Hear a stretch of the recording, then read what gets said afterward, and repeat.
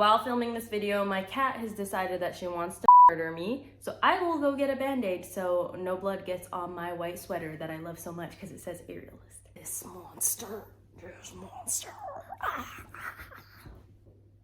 She's so unhappy about this.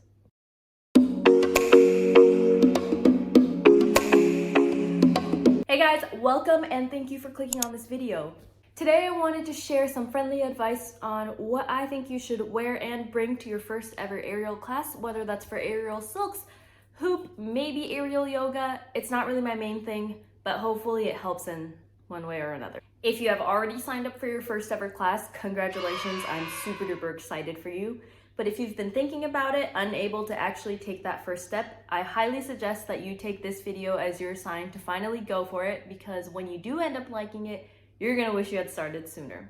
And the worst thing that could happen is it's not really your thing, which is totally fine and totally normal.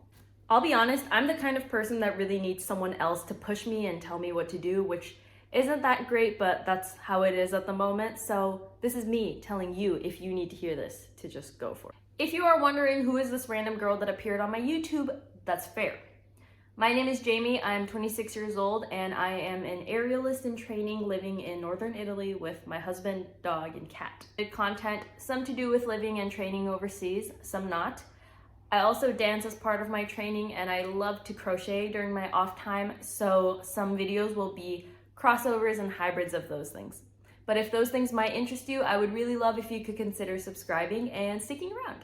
Anyways, let's get into this video. So due to the nature of my old job and now my husband's job, because since then I've quit my own job to follow my husband around overseas, I have moved quite a bit since first starting aerials back in 2018. Right now, my circus school in Italy will be my 6th school and my 3rd country since starting aerials, and that's not including workshops. So I've had my fair share of having to move studios and experiencing new guidelines and new requirements in different places. So I'm making this video to share with you guys in general what I think would be ideal to wear and bring to an aerial class. But I cannot stress enough that the requirements and guidelines of the school and studio that you're gonna take your first class at are important and go above anything that I say in this entire video. So if they say something that I'm not saying, or yeah, just listen to them, not me. I'm not the person, I'm not a professional, I don't own an aerial studio or anything. So please reach out to the school or studio and ask them what their requirements are and their guidelines are. But hopefully watching this video will give you some more insight on what you should wear, bring, and maybe just some extra advice. This is really just me, your internet aerial friend, telling you, my friend, what I think you should wear and bring to your first class. That's it. But hopefully I can give you some, some good advice. So let's get started with outfits. I'm gonna pull everything out of my Cirque du Soleil bag because I love Cirque du Soleil, you guys. I'm like a fangirl. Like, I have books of costumes and stuff, and I'm not even into fashion. So, all right, so I will show you guys the full outfit first, and then afterwards I'm gonna walk through each piece of the outfit and explain what works, what doesn't work, that kind of stuff. So the first piece of the outfit is a sports bra, kind of like this one. The second piece of the outfit is actually a leotard. This is just a plain black leotard. The third piece is a t-shirt. It's kind of hard to tell the fit, but it's like a semi-form fitting t-shirt, but still like loose enough. It's like a unisex style t-shirt. And lastly, I have these full-length Victoria's Secret leggings. And that's about it. So let's get into each piece.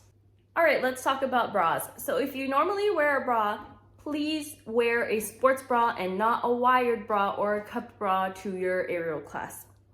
Because when you are upside down or moving your arms around, your bra is going to move a lot. You do not want to be nip slipping under your shirt or having your bra that started up here to be like all the way over here by the end of class. That is very uncomfortable and it's very distracting. So I would suggest something like what I showed you here, or even better, another soft sports bra like this that has even more fabric. I personally feel like the more fabric, the more comfortable, because I don't have to think about things slipping out and moving all over. On top of the obvious not wearing a wired cupped bra, I also personally would not suggest wearing a sports bra like this This is from Victoria's Secret and it's super comfortable and I love wearing this for the gym and working out, but for aerials, not ideal. This has a lot of shape and it's very sturdy, but there's a lot of padding. So when something like this is worn during aerials, it moves around quite a bit because it's not as form-fitting to different movements and different positions, unlike something like this, which just sticks to your body and just follows you wherever your body moves. So even with sports bras, I would highly suggest choosing ones that have no cups and the least shape, if that makes sense. I'm gonna skip leotards and talk about that last, so let's talk about tops and bottoms. The most important thing is that they are form-fitting and there's no loose fabrics and there's no bagginess. For example, for tops, you do not want to wear an oversized t-shirt like this one, even though it's super cute and comfortable. This is because while you're on aerial silks or on the hoop, there's a good chance that any loose fabric can get caught in the silks, in the fabric, or on the hoop. You can basically wrap yourself around the hoop. Two things could happen in that case. One being you're just suspended in air and you're stuck, which is super dangerous. Second thing is it's just your clothes that get stuck, so you slide out, but you're naked now. So not very ideal. With tops, I would highly suggest kind of like a t-shirt that I showed you here. It doesn't have to be completely form-fitting because this is pretty loose, but just not like oversized. You could also wear tank tops, kind of like this one. This fit is also similar to the t-shirt where it's not completely form-fitting, but it's not that loose either. An ideal tank top would be something like this one. This is like a gym tank top, which I'm sorry, I'm not qualified to make a video like this. It's like that fabric that a lot of like fitness wear is made out of. It's like kind of silky and like absorbs sweat. Yeah, that one, I'm sorry. But this one's incredibly form-fitting, so it's really comfortable to wear and you don't have to think about getting stuck in anywhere. Similarly for bottoms, I love to wear long leggings. That is my go-to and I wear nothing else pretty much. I would highly suggest you do not wear something like sweatpants because again, those are very baggy and they can slip off very easily. They can get caught very easily. I also want to point out that it's pretty important that you keep your body covered as you train because especially with something like aerial hoop and even with aerial silks, there's a chance that you'll get burns, scrapes, or bruises, especially if your body and your skin is fully exposed. That's why I always choose long leggings and I don't go for biker shorts or cheer shorts or gymnastics shorts, anything like that, because I don't want my skin to be directly touching the apparatus. On the other hand, with tops, it's actually the same thing. I just feel very uncomfortable training in long sleeve, especially if they're fitted, because it's like you sweat in your armpits and then it touches the fabric, and TMI, I'm sorry, but I just feel very uncomfortable, so I don't like to do that. With that being said, I've definitely trained at a few studios that tell newcomers to cover both your legs and arms and want you to bring long sleeve. If the studio or school that you are going to take your first class at is telling you this, please listen to what they're saying and do that instead.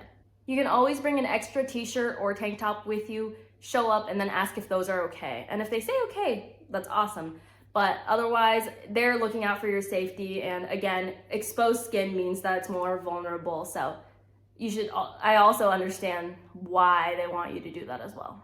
Now, the last thing about outfits is leotards, and that I skipped over earlier because if you don't already own one, I do not suggest you go out and buy one just for your first class, especially because they could be somewhat expensive at times. I only wear them because I don't want to think about tucking my shirt in all the time and I don't want to accidentally flash people. It really helps me focus not to have to think about what's going on with my clothing. But if you do own a couple leotards, I want to tell you that the most important thing about leotards is that you choose ones that are sturdy and have a thicker fabric. For example, this leotard that I showed you guys, it's very hard to tell, but it's cotton and it's very thick and sturdy.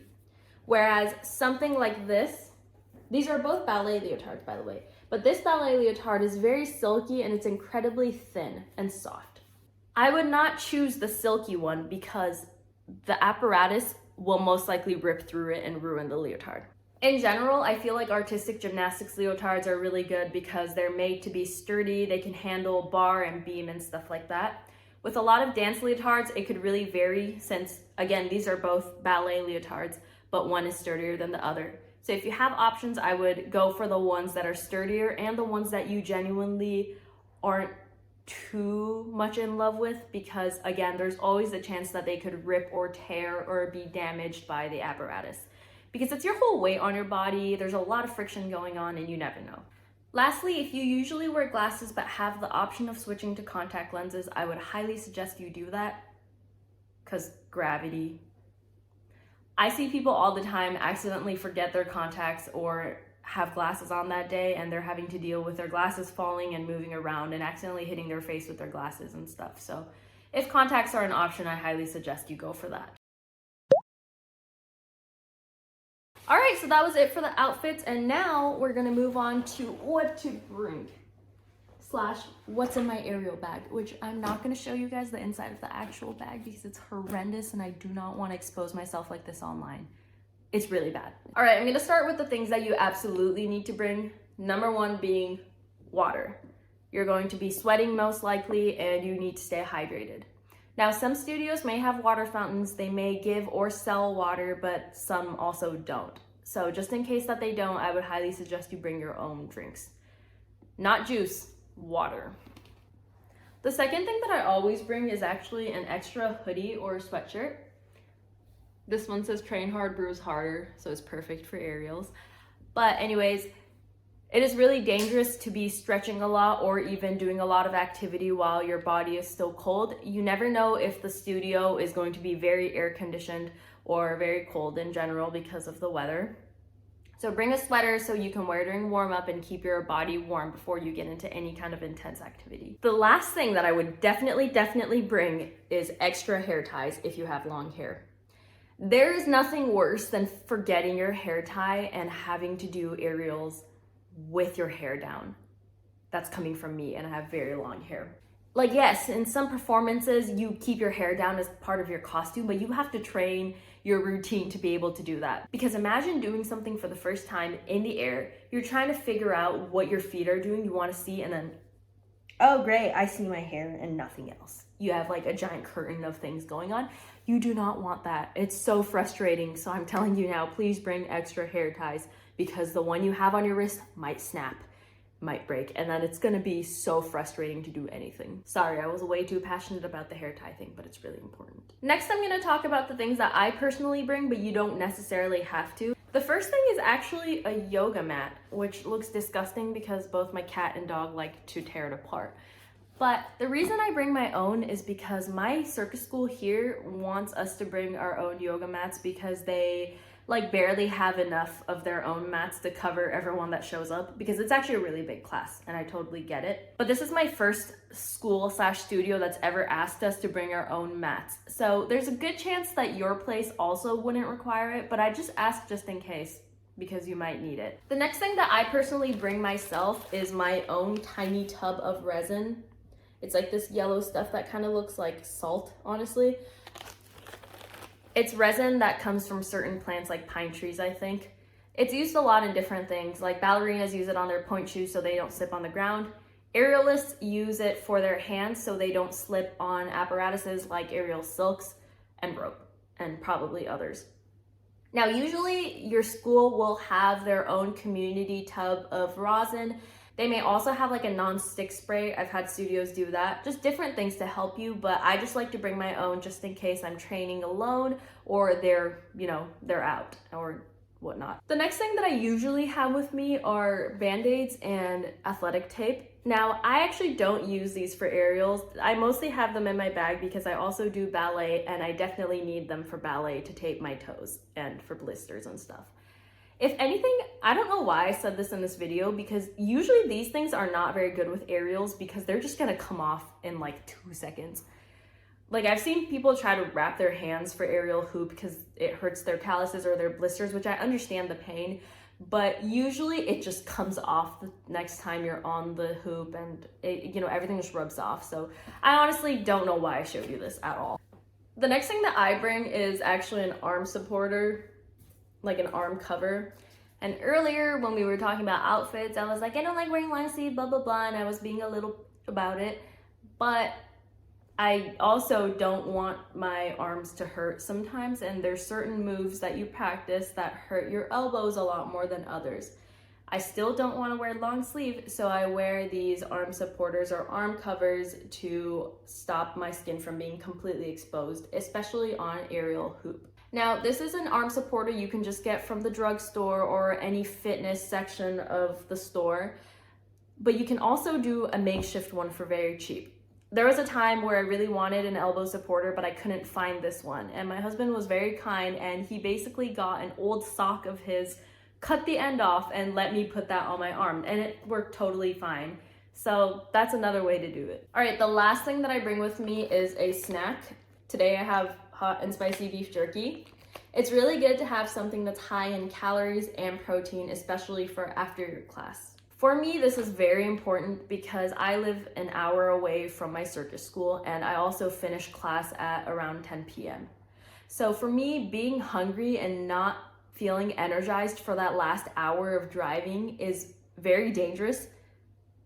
So I always keep food with me, especially because in Italy, everything is closed at 10 p.m. So I can't really buy food if I'm hungry after class either. So I have to make sure that I have my own stuff with me. The last category of things to bring are things that you could bring, but I personally don't bring just because I don't want to, but maybe I should, maybe. So the first thing is a change of clothes. I mean, that's pretty self-explanatory, but a lot of places have changing rooms. My circus school and another studio that I've been to in the past has even had showers. So if you wanted to shower before going off somewhere else after class, you want to bring a change of clothes and maybe even a towel. I personally don't change there just because I'm about to head home anyways. It's like 10 p.m. by the time I'm done training, so I don't do that. But if it's midday, that's probably a good idea. Also, I'm Japanese, and I grew up being told by my Japanese mom that you shouldn't go outside in the cold after you've sweat in your clothes because you're gonna catch a cold. Now, I don't know if that's true, but I should listen to that advice probably because it's too late once you get a cold and it's gonna suck. Lastly, you could bring like a small face towel type thing. Actually, those are pretty useful because sometimes while you're stretching or doing warm-ups, you have to like be on your knees on the floor and stuff. And I see people use small towels as kind of a cushion to protect their knees from the floor. Also, while I was training in Japan, for some reason, a lot of the Japanese aerialists will bring like small face towels with them to class. I don't know why, like, I don't know if everyone decided one day that they all were gonna do it, but they did. So maybe, I don't know, depending on where you are, that might be a normal thing that everyone does. So that's something you could consider. I don't do that. Lastly, here's one thing that didn't fit into all of the other categories because it's just a one-time thing. But the circus school that I currently go to in Italy wants everyone to submit a health certificate. Now, I think in Italy, everyone has to get a health checkup every year. And basically, the school wants us to submit the results of that health checkup to make sure that we're okay to do whatever circus thing we're doing. Now, I've never had that in Japan and I've never had that in the United States, but depending on where you are, there's a good chance that you'll need that too. So just be on the lookout for stuff like that. Make sure, this is why you want to make sure you ask the studio or school if there's anything you're going to need. Similarly, if you are under the age of 18, there's a chance that you're going to need like a consent form from your parents, all that kind of stuff. So just make sure you ask your studio to see if there's any special requirements for taking a class. All right, well, that concludes it for what to wear and what to bring to your first ever aerial class. I'm so excited for you if you are about to have your first class. I'm sure it'll go great. If you already have experience doing aerials and you think I missed something, I would really appreciate if you let me and everyone else know in the comments. But otherwise, I'm very excited to see you guys in a different video. Please like this video if this helped you out and consider subscribing. Thank you and bye. Oh my God, finally, you guys, I tried to film this video 3 times and I ran out of storage or the weather was bad or the lighting was bad or something, and every single one, and it finally worked.